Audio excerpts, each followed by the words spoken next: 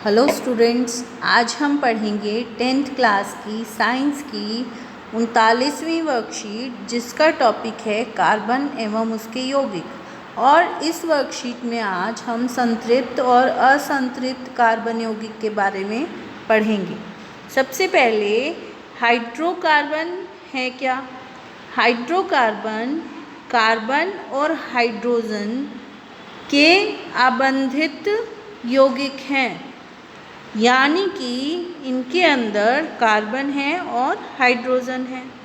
ठीक है, अब इनको दो भागों में बांटा हुआ है, संतृप्त और असंतृप्त। जब हम पिछली वर्कशीट में सहसंयोजी आबंध के बारे में बात कर रहे थे, तो वहाँ पर हमने बात की थी कि एक इलेक्ट्रॉन, दो इलेक्ट्रॉन या ज़्यादा इलेक्ट्रॉन्स भी शेयर हो सकते हैं, और कार्बन के पास 4 इलेक्ट्रॉन हैं तो 4 इलेक्ट्रॉन शेयर करता है। अब एक परमाणु दूसरे परमाणु के साथ कितने इलेक्ट्रॉन शेयर करेगा, उसके बेसिस पर आबंध बनेंगे। मान लो एक इलेक्ट्रॉन शेयर किया, जैसे हम मीथेन का उदाहरण लेते हैं, CH4। इसके अंदर अगर देखोगे तो क्या हुआ, एक कार्बन 4 हाइड्रोजन के साथ 4 इलेक्ट्रॉन शेयर कर रहा है।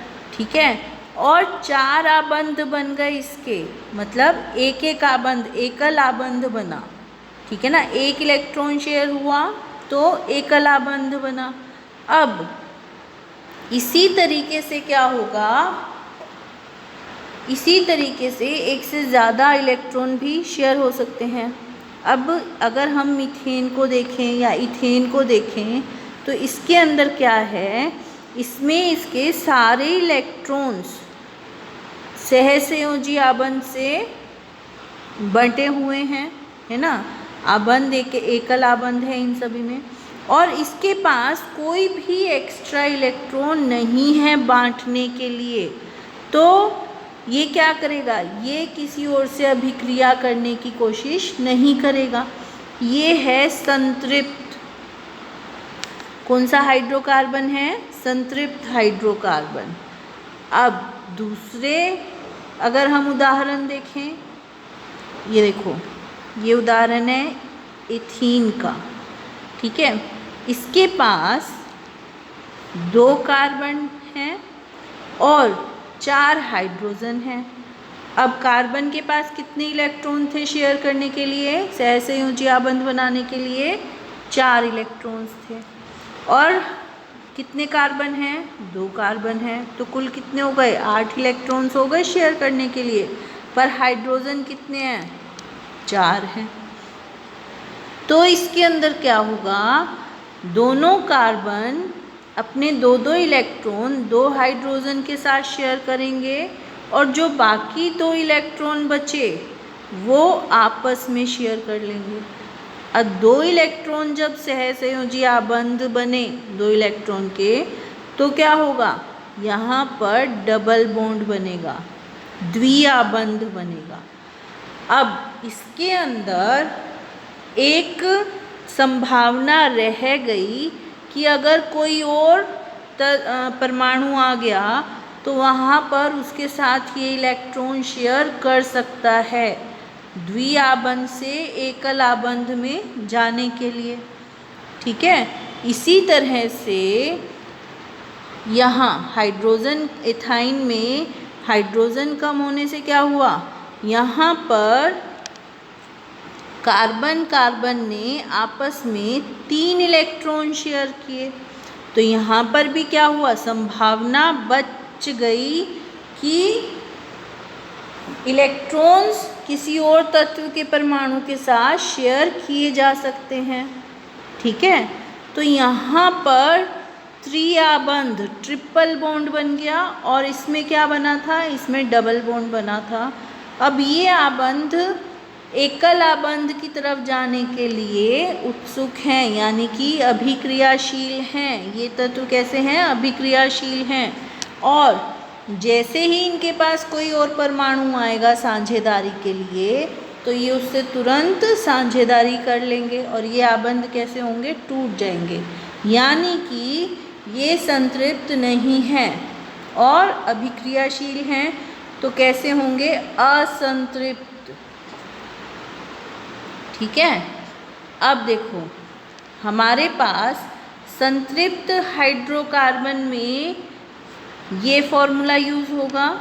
अगर हमें किसी भी हाइड्रोकार्बन का पता लगाना है और संतृप्त है, हमें कार्बन का नंबर पता है, तो हम उसका फॉर्मूला बना सकते हैं CnH2n+2। मान लो एक कार्बन है हमारे पास, तो कैसे होगा, कार्बन क्या है, एक है, तो उसका H2 × 1 + 2, तो ये क्या बन जाएगा, C एक है, H 2 और 2 4, CH4 बन जाएगा। ठीक है। इसी तरह से सारे फॉर्मूलाज हम पता कर सकते हैं।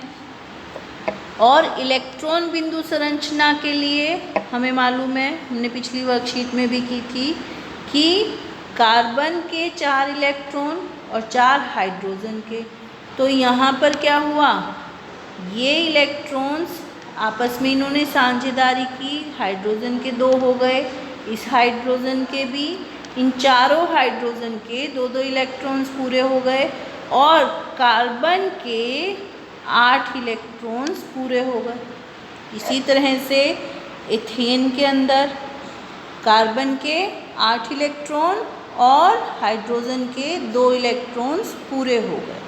तो इनकी इलेक्ट्रॉन बिंदु संरचना भी हम दर्शा सकते हैं। अब एल्कीन के लिए, एल्कीन और एल्काइन असंतृप्त हाइड्रोकार्बन हैं। एल्कीन में फॉर्मूला क्या होगा, CnH2n, जहाँ पर हम अलग अलग फॉर्मूला, इस फॉर्मूला से अलग अलग पदार्थों के बारे में पता कर सकते हैं। और एल्काइन का फॉर्मूला CnH2n-2, तो यहाँ पर भी हम इनका फॉर्मूला पता कर सकते हैं। ठीक है बच्चों। और इलेक्ट्रॉन संरचना कार्बन और हाइड्रोजन के आधार पर हम इसकी इलेक्ट्रॉन संरचना और आबंध भी दर्शा सकते हैं। अब आगे बढ़ते हैं। देखो हाइड्रोकार्बन्स के अंदर या कार्बन यौगिकों के अंदर 1, 2 और 3 कार्बन परमाणु वाले कार्बन यौगिक कौन से हुए, मीथेन, इथेन और प्रोपेन। ठीक है। अब यहाँ पर क्या होगा, इसके अंदर नॉर्मली हम लिख पाएंगे कैसे, देखो इस तरह से, ये मीथेन है, ये इथेन है और ये प्रोपेन है। क्या इसको किसी और तरीके से लिखा जा सकता है, इसी तरीके से लिखना पड़ेगा। पर जैसे ही हम ब्यूटेन पर आएंगे, ये ब्यूटेन है, तो क्या होगा, ब्यूटेन पर जब हम आए तो हम इसको 2 अलग तरीक़ों से लिखने की कोशिश कर सकते हैं। कैसे, देखो एक हमारे पास ये कार्बन चेन है और हमने क्या किया, एक ये भाग बना दिया और एक ये सिंपल वाला बना दिया, है ना। तो हमारे पास कैसे हो गए, 2 स्ट्रक्चर हो गए, 2 संरचनाएं हो गई, किसकी, ब्यूटेन की। इसी तरह से पेंटेन की कई तरह की संरचनाएं हो सकती हैं, हेक्सेन की कई तरह की संरचनाएं हो सकती हैं। तो इन्हें क्या कहा जाएगा, इन्हें कहा जाएगा संरचनात्मक समावयन, यानी कि समान आणविक सूत्र वाले यौगिक, लेकिन उनकी संरचनाएं कैसी हैं, विभिन्न हैं, और इन्हें क्या कहेंगे, संरचनात्मक समावयन। ठीक है। अब देखो ब्यूटेन की हमने बात की, तो यहाँ हम देख सकते हैं ब्यूटेन के 2 संरचनाएं हैं, अलग अलग हैं, पर फॉर्मूला क्या है, C4H10, सेम फॉर्मूला है। इसी तरह से ये शाखाएं बनी। अब इसी तरह से वलय भी बन सकते हैं। मान लो हमारे पास है साइक्लोहेक्सेन, यानी कि 6 कार्बन वाला पदार्थ है, तो उसके अंदर हम कार्बन को इस तरह से अरेंज कर सकते हैं और उसके हर एक के हाइड्रोजन इस तरह से आएंगे। इसमें क्या है, इसमें एकल आबंध है, पर अगर द्विआबंध आ जाएगा तो यहाँ पर क्या बन गया, बेंजीन बन गई। ठीक है, और कार्बन कितने हैं, 6 हैं, परंतु हाइड्रोजन की संख्या कम हो गई। ठीक है बच्चों, अब हम बात करेंगे प्रकार्यात्मक समूह की। किसी भी हाइड्रोकार्बन श्रृंखला के अंदर अगर हाइड्रोजन को रिप्लेस कर दिया जाए, प्रतिस्थापित कर दिया जाए, किसकी द्वारा, हेलोजन, ऑक्सीजन, नाइट्रोजन या सल्फर के द्वारा, तो क्या होगा, कार्बन की संयोजकता तो संतुष्ट हो जाएगी, साथ ही साथ एक विशिष्ट गुण आ जाएगा। और वो विशिष्ट गुण किसके ऊपर डिपेंड करेगा, लगने वाले समूह के ऊपर डिपेंड करेगा। इनको कहा जाएगा प्रकार्यात्मक समूह। कार्बन श्रृंखला की लंबाई और प्रकृति पर निर्भर नहीं होंगे। ठीक है, प्रकार्यात्मक समूह ये विशिष्ट गुण प्रदान करेंगे अपने गुणों के ऊपर निर्भर करते हुए, और कार्बन की श्रृंखला की लंबाई या उसकी प्रकृति के ऊपर डिपेंड नहीं करेंगे। उदाहरण देखते हैं हम प्रकार्यात्मक समूह का। देखो, अगर हेलोजन लगते हैं तो हेलो कहा जाता है स्टार्टिंग में, और क्लोरीन, ब्रोमीन ये सारे हाइड्रोजन को प्रतिस्थापित यानी कि रिप्लेस करते हैं। इसी तरह से एल्कोहल OH ग्रुप है, एल्डिहाइड CHO ग्रुप है, कीटोन का C double bond O group है, और कार्बोक्सिलिक अम्ल का COOH ग्रुप है। ये सारे जब लग जाएंगे तो इनके गुण इन ग्रुप्स प्रकार्यात्मक समूह के ऊपर डिपेंड करेंगे। ठीक है बच्चों, आओ अब कुछ प्रश्न करते हैं।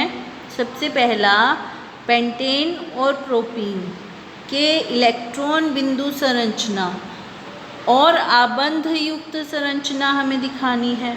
तो देखो, पेंटेन यानी कि 5 कार्बन C5 और H12 कैसे होगा, 1 2 3 4 एंड 5, 5 कार्बन हैं। अब हमें पता है 5 कार्बन है, एकल आबंध है, तो हम हाइड्रोजन बना सकते हैं। यहाँ पर कितने हाइड्रोजन हो जाएंगे, 3 5 7 और 2 9 और 3 12, और हमने फॉर्मूला क्या लिखा था, C5H12। किसका फॉर्मूला है ये, पेंटेन का। अब इसी तरह से प्रोपीन की बात करते हैं। प्रोपीन में क्या होगा, प्रोपीन यानी कि 3 कार्बन, कितने कार्बन, 3 कार्बन, और इन है यानी कि एक जगह क्या आएगा, डबल बॉन्ड आएगा। तो यहाँ पर क्या हुआ, हाइड्रोजन कम हो जाएगी, और कितनी हाइड्रोजन हो जाएंगी यहाँ पर, देखो हमने ये स्ट्रक्चर बनाया। ठीक है, अब यहाँ पर देखो, क्या हर एक कार्बन की संयोजकता संतुष्ट हो रही है। कार्बन को 4 इलेक्ट्रॉन्स चाहिए, 4 आबंध चाहिए। इस कार्बन के पास देखते हैं 1 2 3 और 4, इसकी संयोजकता पूरी हो गई। इसी तरह से इस कार्बन की संयोजकता पूरी हो गई, और इसी तरह से इस कार्बन के पास भी 4 बॉन्ड हैं, 4 आबंध हैं। तो इसमें हर एक कार्बन की संयोजकता पूरी हो रही है। अब आओ C3, यही है हमारे पास। अब हाइड्रोजन गिनते हैं, 1 2 3 4 5 और 6। तो हाइड्रोजन कितने हैं, 6 हैं। ये क्या आ गया हमारा, ये आ गया हमारा प्रोपीन। ठीक है बच्चों, इसी तरह से आबंध ना बना के हम इलेक्ट्रॉन अगर बनाएंगे, देखो कार्बन लिखें, अब इसके इलेक्ट्रॉन्स बनाते हैं। इसके इलेक्ट्रॉन्स यहाँ पर, और इसका 1। ठीक है, अब इसके यहाँ पर हाइड्रोजन के साथ शेयरिंग दिखा सकते हैं इस तरीके से। तो ये क्या हो जाएगा, ये इसकी इलेक्ट्रॉन बिंदु संरचना हो जाएगी और इसी तरह से हम इसको पूरा कर सकते हैं। अगला प्रश्न देखते हैं, इथेन की इलेक्ट्रॉन बिंदु संरचना एवं आबंध युक्त संरचना का चित्रण कीजिए। जैसे हमने पेंटेन और प्रोपीन की बात की, वैसे ही हम एथेन की यानी कि C2H6 की बात करेंगे। और संयोजकता के लिए परमाणुओं के बीच कितने आबंध आवश्यक हैं? परमाणुओं के बीच 2 कार्बन हैं और हाइड्रोजन कितने आए? देखो 2 कार्बन आए और हर एक के अंदर क्या आया? एक एक आबंध आया ना, 6 इलेक्ट्रॉन्स के साथ, और एक कार्बन कार्बन के बीच में आबंध आया। तो कितने आबंध हो गए? यहाँ पर 7 आबंध हो गए।